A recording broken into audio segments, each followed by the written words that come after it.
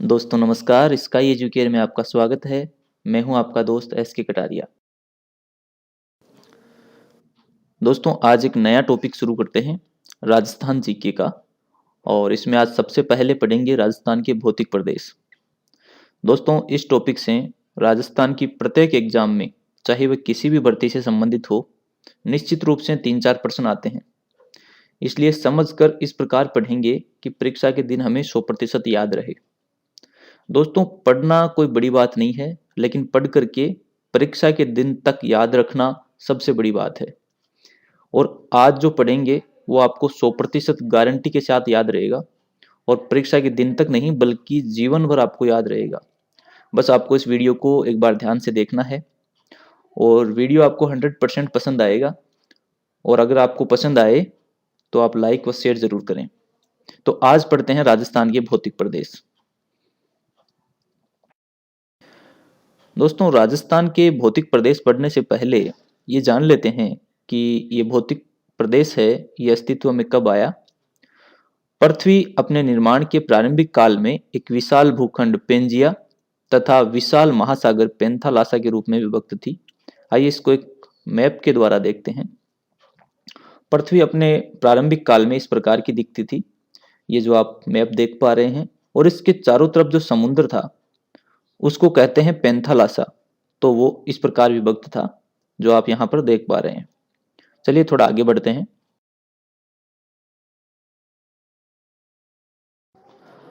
कालांतर में पेंजिया के दो टुकड़े हुए।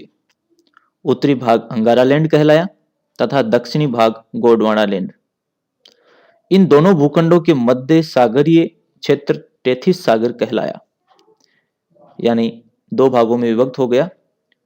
एक हो गया उत्तरी भाग अंगारा लैंड और दक्षिणी भाग था ये गोंडवाना लैंड। और इन दोनों के बीच में जो सागर था वो टेथिस सागर कहलाया। चलिए और आगे बढ़ते हैं।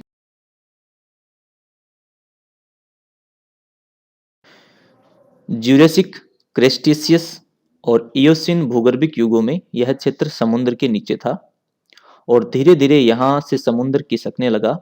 तत्पश्चात प्लेस्टोसिन काल में यहाँ मनुष्यों का प्रादुर्भाव हुआ, यानी मनुष्यों का प्रादुर्भाव प्लेस्टोसिन युग में हुआ। ईसा पूर्व 4000 से 1000 वर्ष के मध्य इस क्षेत्र में पूर्ण मरुस्थलीय दशाओं का विकास हो गया।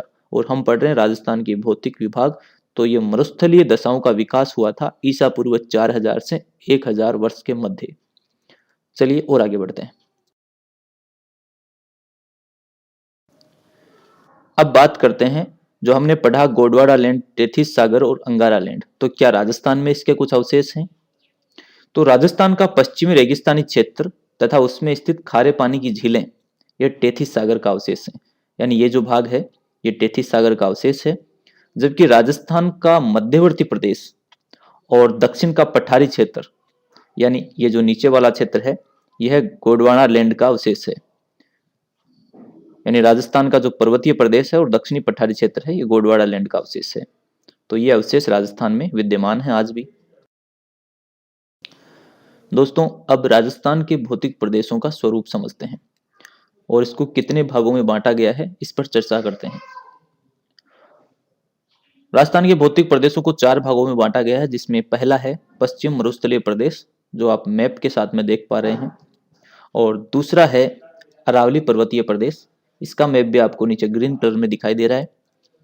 तीसरा भाग है पूर्वी मैदान और दक्षिणी पूर्वी पठारी भाग। इन 4 भागों में राजस्थान के भौतिक स्वरूप को उच्चावच की दृष्टि से बांटा गया है। दोस्तों इन चारों भागों पर अब क्रमशः चर्चा करते हैं। सबसे पहले नंबर लेते हैं पश्चिम मरुस्थलीय प्रदेश का, और इस नीचे वाले भाग को एक बार हटा देते हैं। दोस्तों यह भारत का विशाल मरुस्थल भी कहलाता है, इसको थार के मरुस्थल के नाम से भी जाना जाता है।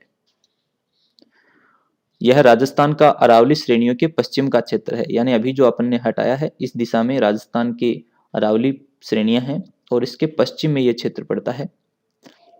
यह शुष्क एवं अर्धशुष्क मरुस्थलीय प्रदेश है, और थार का मरुस्थल विश्व का सर्वाधिक आबादी और वन वनस्पति वाला मरुस्थल है। ये बातें हमें इसमें ध्यान रखना। दोस्तों पश्चिम मरुस्थलीय प्रदेश के क्षेत्रफल की अगर बात करें तो यह कुल क्षेत्रफल का 61% भाग पर है, यानी राजस्थान का क्षेत्रफल है 3,42,239 वर्ग किलोमीटर, और उसमें से 61% भाग पर मरुस्थल है, यानी 2,09,000 वर्ग किलोमीटर क्षेत्र में यह मरुस्थल फैला हुआ है।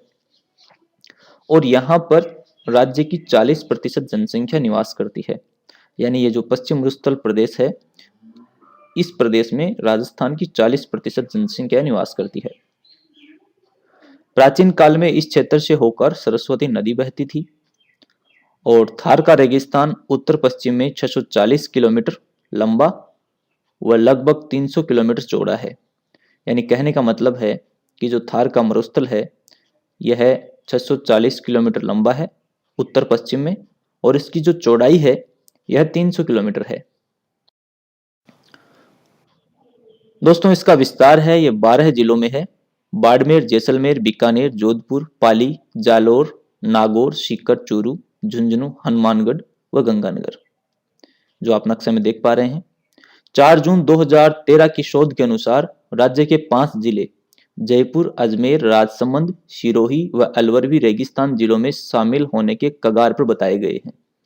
ध्यान रहे, शामिल अभी नहीं किए गए हैं, केवल शामिल होने की कगार पर हैं। दोस्तों अब पढ़ते हैं प्रदेश का ढाल किधर है। दोस्तों एक चीज बता देता हूँ, यहाँ पर जो भी पॉइंट्स मैं बता रहा हूँ ये सभी परीक्षा की दृष्टि से अत्यंत महत्वपूर्ण हैं, सभी परीक्षाओं में पूछे भी गए हैं। तो अब बात करते हैं इस प्रदेश के ढाल की। इसका ढाल है उत्तर पूर्व से दक्षिण पश्चिम की ओर। तो एक बार समझ लेते हैं कि ये किस प्रकार से इसका ढाल है। देखिए ये हो गई उत्तर दिशा, और ये हो गई दक्षिण, ये हो गई पूर्व, और ये पश्चिम। तो उत्तर पूर्व दोनों के बीच की हुई, उत्तर और पूर्व के बीच का जो हिस्सा है ये उत्तर पूर्व, और दक्षिण और पश्चिम के बीच में जो हिस्सा है ये दक्षिण पश्चिम। अब बात करें इसकी ढलान की, तो इसकी ढलान है उत्तर पूर्व से दक्षिण पश्चिम की ओर। ठीक है, तो मेरे हिसाब से आप अच्छी प्रकार से इसको समझ गए होंगे और परीक्षा में नहीं भूलेंगे। उत्तर पूर्व से दक्षिण पश्चिम की ओर। पश्चिम मरुस्थलीय क्षेत्र जो है ये समान उच्चावच नहीं रखता। देखिए उच्चावच शब्द है, इसको जान लेते हैं ये क्या है। उच्चावच है ये धरातल की ऊंचाई नीचाई से बनने वाले प्रतिरूप या पैटर्न को कहते हैं। क्षेत्रीय स्तर पर उच्चावच भू आकृतिक देशों के रूप में व्यक्त होता है, और छोटे स्तर पर यह एक स्थल रूप या स्थल रूपों के एक संयुक्त समूह का प्रतिनिधित्व करता है। तो सारांशतः उच्चावच का मतलब हुआ कि धरातल की ऊंचाई नीचाई। तो पश्चिम मरुस्थल क्षेत्र है यह समान उच्चावच नहीं है, यानी समान धरातल नहीं है, अपितु इसमें भिन्नता है, और इसकी भिन्नता के कारण इसको 4 उप प्रदेशों में विभक्त किया गया है। देख लेते हैं चारों कौन कौन से हैं। पहला है शुष्क रेतीला मरुस्थलीय प्रदेश, दूसरा लूनी बेसिन या जवाई बेसिन भी इसको कहते हैं, शेखावटी प्रदेश और घग्गर का मैदान। चलिए इसको एक नक्शे के द्वारा देखते हैं। तो यह है पश्चिम मरुस्थलीय प्रदेश, और इसको बांटा गया है 4 भागों में। पहला है शुष्क रेतीला मरुस्थलीय प्रदेश, यानी ये जो भाग है ये शुष्क रेतीला मरुस्थलीय प्रदेश है। दूसरे नंबर पर है लूनी या जवाई बेसिन, तो ये देखिए नीचे लूनी या जवाई बेसिन है, और इसके ऊपर आता है शेखावाटी प्रदेश, और उससे ऊपर है घग्गर का मैदान। तो इन 4 उप प्रदेशों में पश्चिम मरुस्थल को बांटा गया है। चलिए अब चारों उप प्रदेशों को विस्तार से समझ लेते हैं, इसकी क्या क्या विशेषताएं हैं। सबसे पहला जो हमने पढ़ा वो है शुष्क रेतीला अथवा मरुस्थलीय प्रदेश। यहाँ पर वार्षिक वर्षा का औसत है ये 25 सेंटीमीटर से कम रहता है। इसमें जैसलमेर, बाड़मेर, बीकानेर एवं जोधपुर और चूरू जिलों के पश्चिम भागों को सम्मिलित किया गया है, और इन प्रदेशों में सर्वत्र बालुका स्तूपों का विस्तार है, यानी सभी जगह बालुका स्तूपों का विस्तार है।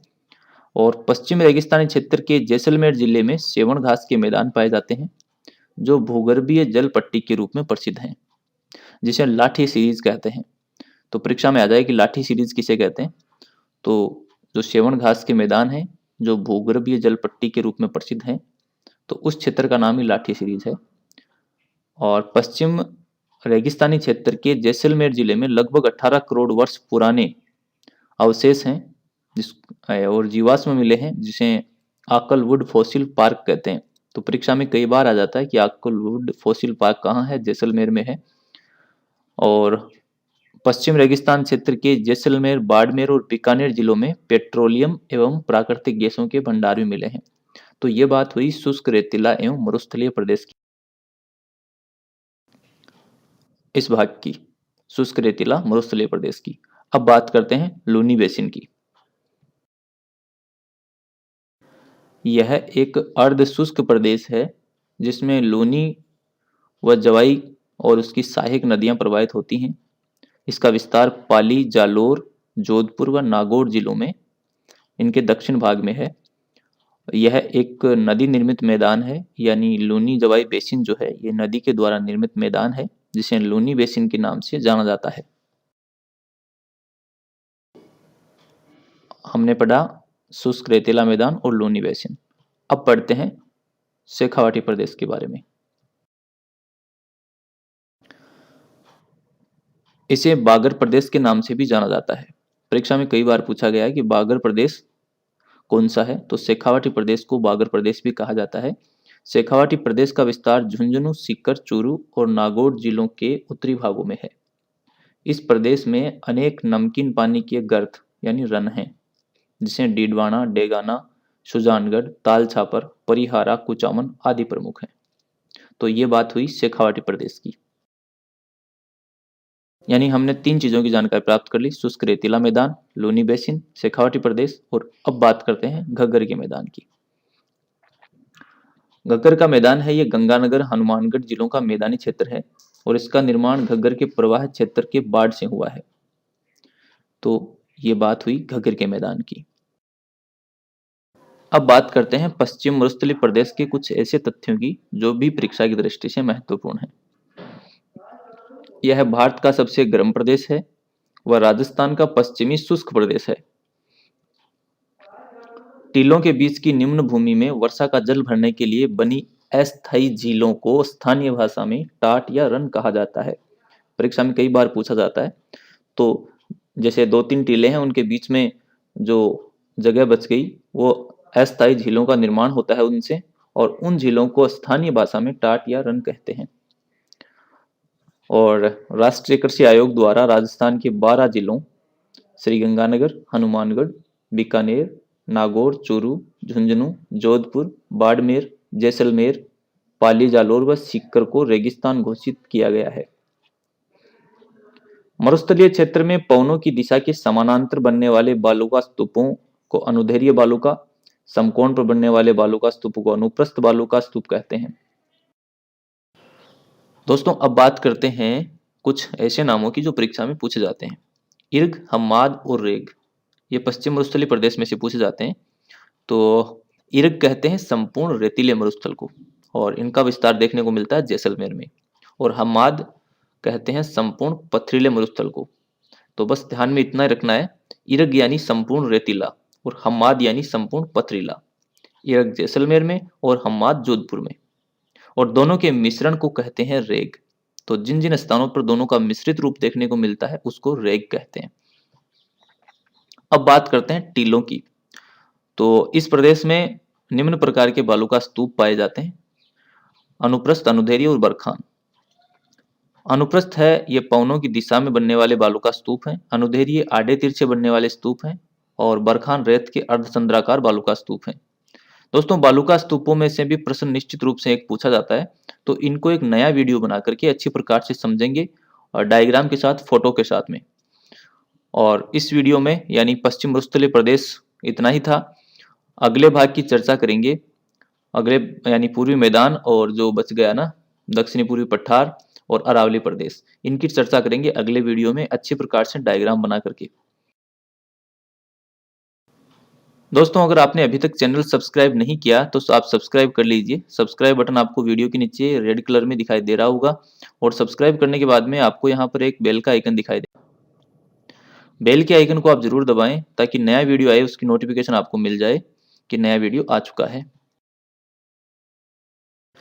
दोस्तों अगर आपको वीडियो पसंद आया तो आप लाइक करें, शेयर करें और कमेंट करके अगर कोई बात है आप मुझसे पूछना चाहते हैं या कोई सुझाव देना चाहते हैं तो कमेंट के माध्यम से ज़रूर बताएँ। मिलते हैं अगले वीडियो में, तब तक के लिए नमस्कार।